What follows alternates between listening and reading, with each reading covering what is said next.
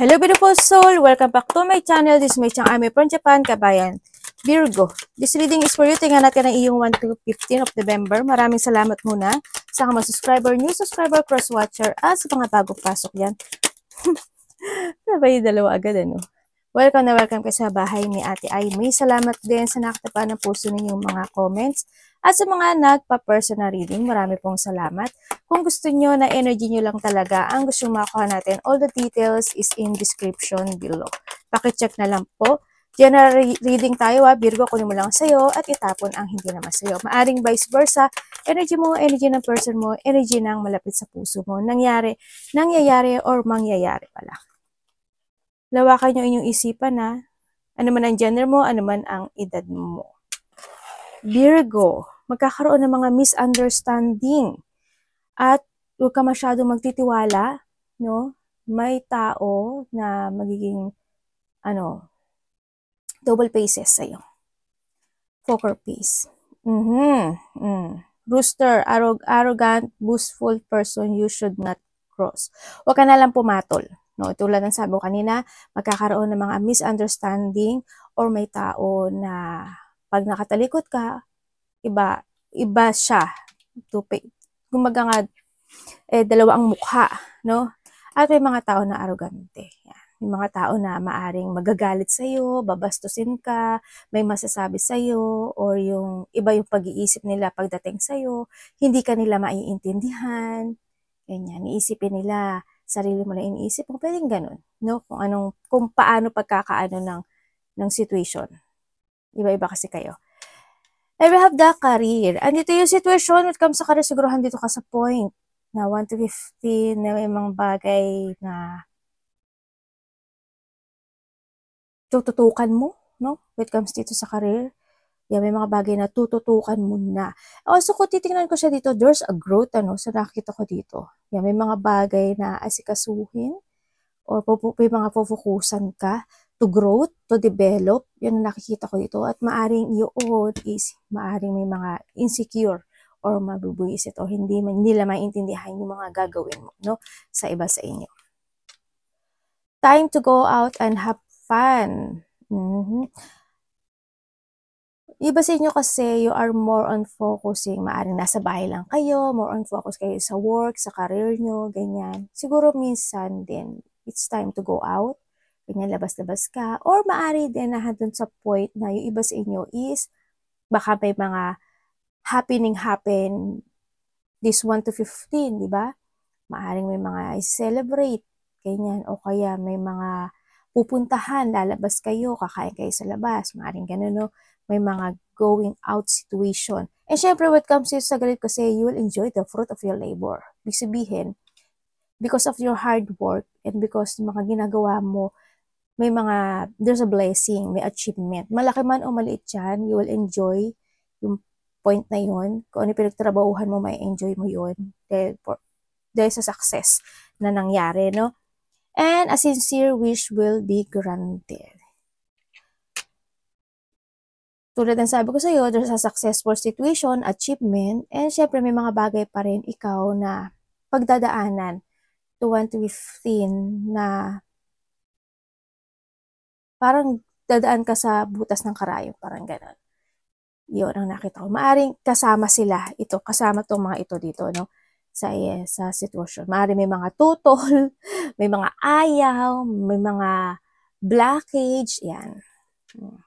Oy, position, authority, pagpapasya to, no? Sa nakita ko sa'yo dito. Andito ka sa sitwasyon mo na magkakaroon ka talaga ng pagpapasya na ikaw yung masusunod, ganyan. Ikaw yung magli-lead or ikaw yung magiging boss or ikaw yung, pwede rin na may business kayo o kaya basta you become a leader or may mga ima-manage ka na isang sitwasyon sa buhay mo. O so, position of authority, ano yan? Siguro may mga lalakarin, no? May mga lalakarin ka siguro na bagay-bagay na ikakasuccess mo. Yan. Basta kung ano yung gagawin mo, you need to be sincere lang doon kasi magsasuccess siya. Kaya nandito sila, no? Ayan, o. Diba? Hindi nila maintindihan yung Iisipin nila na masyado kang mahigpit, Isipin nila na kuripot ka, isipin nila na ganito ka, na ganyan ka, sarili mo na iniisip mo. Basta hindi ka nila maiintindihan eh, no? Hindi ka nila maiintindihan. Pero sa nakita ko sa'yo dito with comes to throne, ginagawa mo yon kasi you want to be stable. Gusto mo maging okay ang lahat. Gusto mo maging stable ang lahat. Gusto mo maging maganda ang lahat. No? Pero kahit na nahirapan ka, nandun ka pa rin na magpo-focus ka sa situation mo, no? Huwag ka mag-alala kasi you will be success. Kumbaga, ito lang yung magiging blockage mo. Sila yon. Hayaan mo lang sila. And pleasure with a close friend. Alam mo naman yung mga close friend, di ba? Ang close friend, hindi lang yan friend. Kumbaga, isa yan sa kapatid mo, sa pamilya mo, sa anak mo, sa karelasyon mo. Friend mo rin sila. Ano? Ibig sabihin is may mga kasiyahan, may mga pasasalamat situation, yan, may mga tao o may mga magpapasalamat because of the success o may mga magpapasalamat dahil sa mga ginagawa mo. Ganyan, may mga kasiyahan also, no, dito kasi ito rin si fruits. Yan. Yun nga lang, siguro, may mga ano lang, may mga ano lang talaga na tao na hindi ka nila maiintindihan. Natural naman yun sa ano.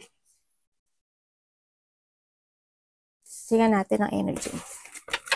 Energy ni Virgo. Virgo. Uy.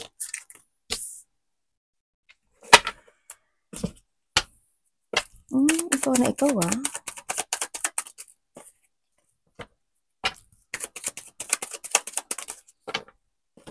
Okay, energy mo. Energy mo, andito ka sa situation mo na may mga, didesisyonan ka.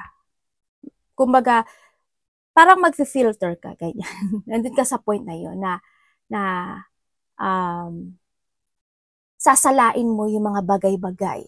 Sasalain mo yung mga sitwasyon in life. Yun ang nakikita ko sa'yo dito. Yan, may mga sitwasyon na kailangan ganito, kailangan ganun, ganito na lang, wag ganyan, wag ganun. May mga ganun sitwasyon. Ako nakita, parang hahanapan mo ng katotohanan yung sitwasyon. Yung pagiging, ano ba to? Yung the fact ng situation, ganyan. Before you take it action, before ka magdesisyon, before ka mag-pursue ng isang sitwasyon, you want to see the fact. Parang ganun ka sana, sa point ka na doon. Yun ang nakikita ko. Siyempre, yung energy mo rin, may mga excitement situations. Iba sa inyo is, may mga hihingi ng suporta sa'yo, or may susuportahan ka, or may magbibigay ng advice pagdating sa'yo, or ikaw magbibigay ka ng advice sa kanila. May mga sitwasyon na sa iba sa inyo na babaguhin mo, ganyan, na may mga sitwasyon na aayusin mo, may mga sitwasyon na parang there's an idea ka na gagawin, ganyan. Magkakaroon ka ng idea na gawin yung isang bagay. Kasi andito na rin si throne. Diba? Parang, you have a new project, yan, may mga project, may mga action, may mga sitwasyon na makikipagsapalaran ka, ganyan. May mga malakihang pagpapasya ka na gagawin, 1 to 15, yan, sa iba sa inyo. Sa iba sa inyo is mga new idea, or hindi yung mga exciting situation, maaring ganun. Yan, ang nakikita ko sa'yo dito.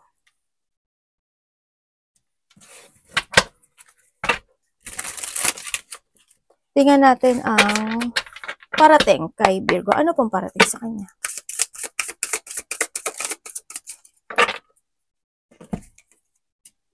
Ooh.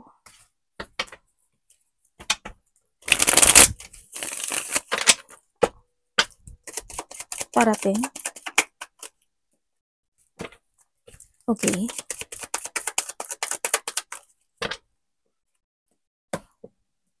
Okay.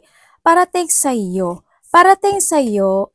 May mga gagawin ka totally, no? Ibig sabihin, may mga kakausapin ka o may taong kakausapin ka, ganyan. May mga simula o may mga action, simula, communication, and plan ako na nakikita sa iyo, no? By this 1 to 15. And then also, yung iba sa inyo siguro marami kayong kakausapin or maaring haharap ka sa maraming tao, yun na nakikita ko sa iyo.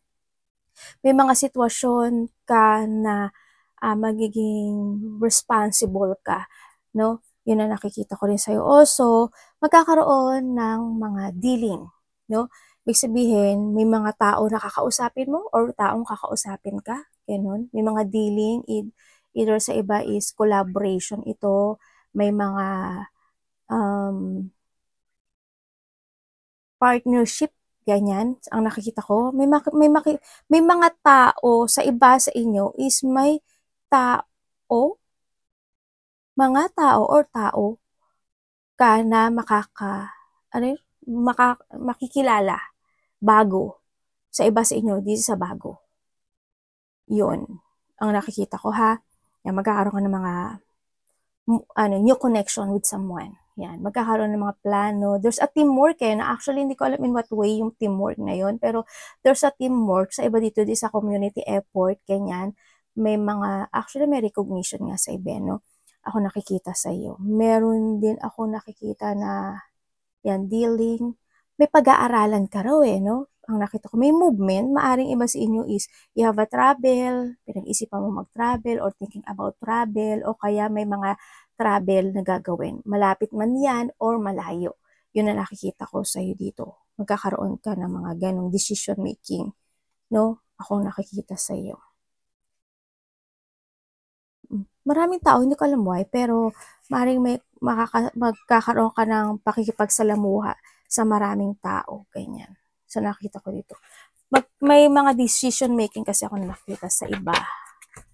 May mga sitwasyon sa iba, hindi naman lahat Parang may mga bagay na i-correct, aaksyonan, or itatama, parang gano'n. Tingnan natin ang dapat iwasan mo, syempre, para hindi ka mapahamak. Tingnan natin. Ano dapat iwasan niya?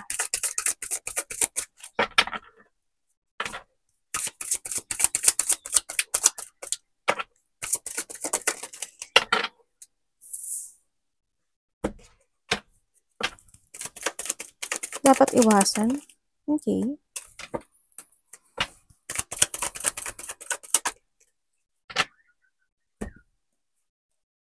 Uy, the 10 and the 10, no? Wow, ang ganda naman ng card mo. Alam mo, darating sa'yo ang kasaganaan, Virgo. Sabi ko, sabi ka na. Darating sa'yo kasaganaan. Mamaya na yun dapat iwasan na. May nakikita ko sa'yo na tao makipag-usap related sa'yo, money. Yan. May makikipag-usap, makikipagkasundo, parang ganun. Ako, either kasamahan sa trabaho, a family member, pero basta related siya sa pera. Pwedeng hindi siya, pwedeng bago siya. Tulad sabi ko kanina, parang may bagong tao ka maano. Or bago man yan o luma, pero there's a connection na maaari magkakaroon ng pag-uusap, pagkakasundo related to a money, ganyan. Yun na nakikita ko. Sa iba naman sa inyo is may wealth, prosperity, ganyan, kasaganaan, and also there's a good foundation ako na nakikita sa iyo sa part mo. Hindi ko alam in what way, pero maganda siya sa nakikita ko dito. Maganda naman yung situation. Dapat mong iwasan. Alam ko naman na mahigpit kapag dating sa pera. Yan, wag ka paring bibitiw sa pagkaling ganun. Siyempre, tuloy mo pa rin yung pagiging mahigpit mo sa pera kasi you're always thinking naman talaga sa future. Yan, iwasan mo na hindi ka maghigpit, iwasan mo siguro yung mga conflict, ganyan.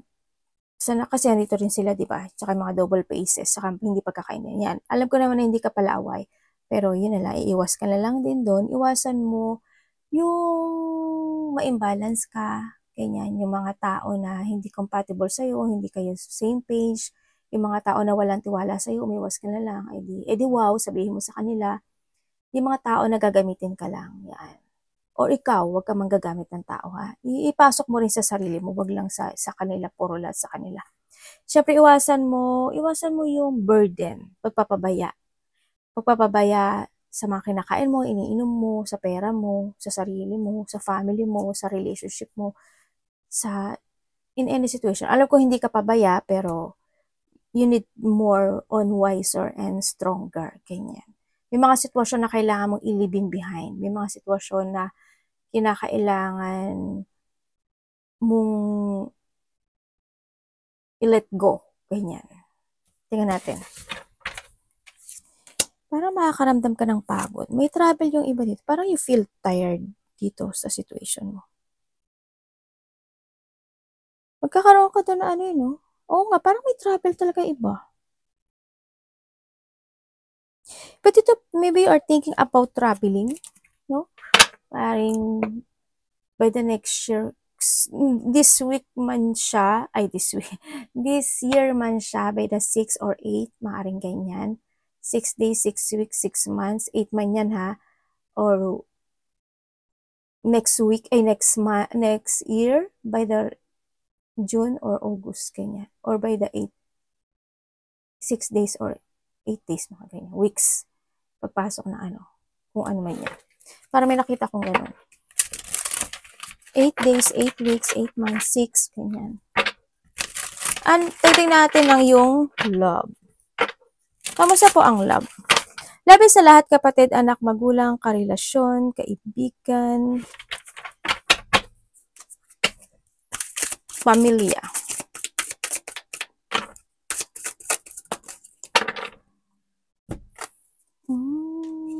Okay.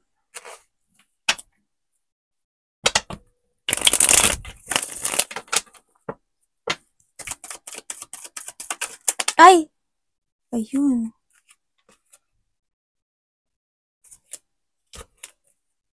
Ganun. Ngayon mo natin. Ba't ito kasama to sa trabaho? Okay, when it comes sa love. Oh.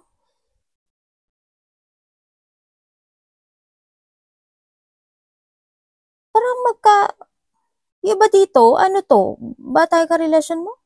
Iba dito, medyo parang magkaiba kayo ng ano ng siyempre, alam ko naman lahat kayo magkaiba ng age. Medyo malayo yung age, yung iba. Yung iba ha, hindi naman lahat, pero yung iba, yung nakita ko sa inyo. Siguro sa iba naman, mga ilang years lang, ganyan. Sa nakita ko. Kung kayo is nagkahiwalay, nitong tao na to, kung kayo is nagkahiwalay, kasi nahanod kayo sa point na isa kasi is naging makasarili. Isa kasi is, hindi naging hindi niya pagdating sa relationship kasi, isa sa inyo, hindi nagkaroon ng boundaries. Kumbaga, still available, parang ganun. Yun ang nakikita ko. Kaya nagkaroon din ng panglilingla. Kumbaga, kahit nakarelasyon ka niya, may kinakausap pa rin siyang iba. Yun ang nakita ko. Pero itong tao na to, it's more on self kasi siya. May mga pagsisinungaling, panglilinglang ako nakikita sa kanya. Pero alam mo ba na hinahatak siya ng kanyang konsensya. Oo, huwag kayo mag-alala. Kasi, maaring itong tao na to napapanaginipan niya siguro yung kanyang mga ginawang kasalanan or handi sa sitwasyon na balisa itong tao na to. Huwag ka mag-alala. Sabi gano'n, parang no, parang, huwag ka mag-alala, balisa siya. Hindi to gano'n nakakatulog. As in, nandun siya sa point na naghihintay actually, no, itong tao na to, no, sa nakita ko dito, naghihintay siya na mag-text ka or makipag-communicate ka. Wow, edi wow, bakit ikaw pa mag-aano siya na nga ng linglang? Diba? Wag niyo ibaba yung pride niyo. Hey, tinuruan. Hindi, pero nasa inyo pa rin yan. Kaya nga kayo nagmahal, di ba? Para hindi kayo ma-stress sa buhay. Bakit kayo magmamahal tapos magpapa-stress lang kayo? Ano ba yan? Yun, ang nakita ko dito. Ini-spy ka nito or you spy this person, no? Kung kayo naman is, kung kayo is in relationship, sa nakikita ko dito, kung kayo is in relationship, hindi ko alam why, pero dito, medyo limitado ang nakikita ko sa inyo. There's a limit na nangyayari in this relationship. And hindi ko alam why pero bakit may limit? Parang hindi, alam mo yung parang bahala na, pag mag-uusap tayo, okay lang, di nag-usap tayo, pag nag-connect tayo, okay lang, di nag-connect tayo. Parang hindi ko alam why, pero yes, nandun naman kayo sa sitwasyon nyo na you want to hold each other, no? Yun naman nakikita ko sa inyo. Ayun nga lang, parang there's a limitation na nagaganap po nangyari sa inyong dalawa. Nandito kayo sa point na yun. Yan, nandito na lang, na, maari din na maaring na ma-manipulate kayo ng mga bagay-bagay. Di ba? Maaring isa, busy rin kayo, ganyan. Maaring ganun. Sa iba naman sa inyo, hindi lahat is kasi ganoon kasi naghahati yung energy, ano?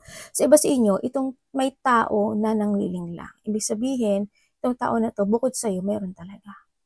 Meron siya ka nakausap. Hindi lahat yung kung kayo dun sa point na nasa unang sinabi ko, dun kayo. Kung ikaw yung nandito sa point na to, dito ka.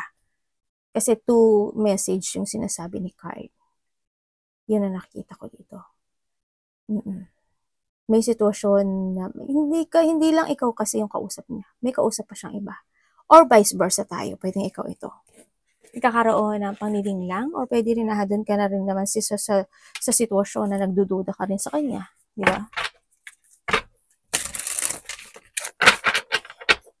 Tingnan natin ang baka isa sa inyo ang double faces. Di ba? Money, Virgo.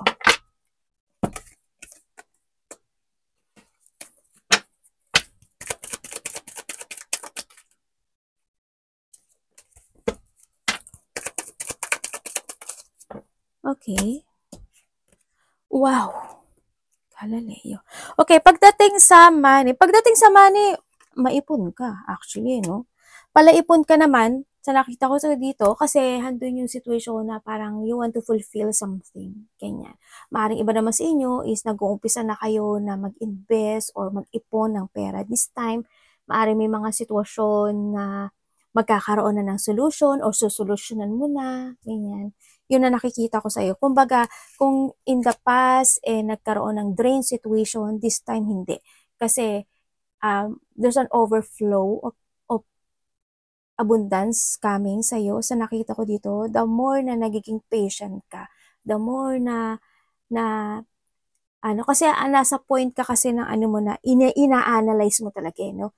Pagdating sa mga bilihin, sa mga bibilhin, gagastusin, ina-analyze mo talaga siyang maigi. Tapos doon ka sa point na you know how o paano ka mag-strategy pagdating sa mga gastusin. Very good yun, no? Kasi andun ka talaga sa point na yun, na sinasala mo talaga. Siyempre, natural yun. Siyempre, pagdating sa yes, there's an achievement, fulfillment, happiness, yun ang nakikita ko sa'yo. And abundance also, there's an overflow there's an abundance coming. Actually, meron din akong nakikita pagkagastusan mo, no? Kasi may nakita akong celebration sa'yo. Hindi ko alam kung lalabas kayo, mag-chill-chill, or may mga happy gathering situation, may mga collaboration, or may mga pupuntahan na something, bibigyan mo ng suporta, ng pagmamahal, parang ganon. Yun ang nakikita ko sa iba sa inyo. May ganong mangyayari. Kung ano mang, yan. Pero may pagkakagastusan ka. Maaring you share your blessing. Hindi siya ganon kalaki actually, pero nakikita ko na meron kang pagkakagastusan related to a celebration. Pwedeng kakain lang kayo sa labas, pwedeng mag-chill-chill kayo, pwedeng maghahanda ka, parang ganun lang. Yun na nakita ko. Advice.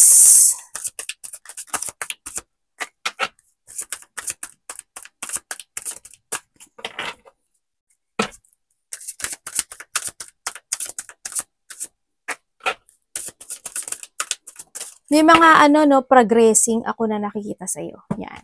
Kasi may mga pagdating sa pera, may mga ipa-progress ka raw. May pina-progress ka or ipa-progress, parang gano'n.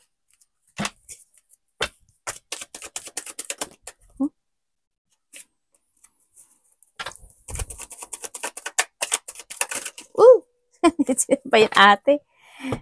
Ewan ko sa card mo, nangyari. Okay, sabihin ko muna iba ha. Oo nga, may celebration nga. Iba dito, marami.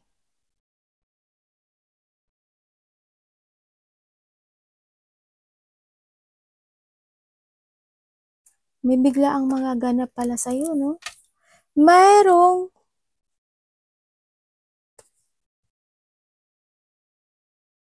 May lalaki na makikipag-usap sa'yo. May lalaki. Hindi ko alam, siguro lalaki man siya, kaibigan, or a part of the family, pwede rin kasamahan sa trabaho. May makikipag-usap sa'yo na maaring humingi sa'yo ng tulong or bibigyan ka ng gift or vice versa. Bibigyan mo siya ng tulong o bibigyan mo siya ng gift or ikaw yung makakaresiba. Ganun ang nakikita ko dito. May marireceive ka or vice versa. And then also, yun nga sabi ko kanina, di ba, may mga getting together. So, iba dito, ano to, community or teamwork, tulad ng sabi ko kanina, di ba? May mga ganun. May sinasabi rin na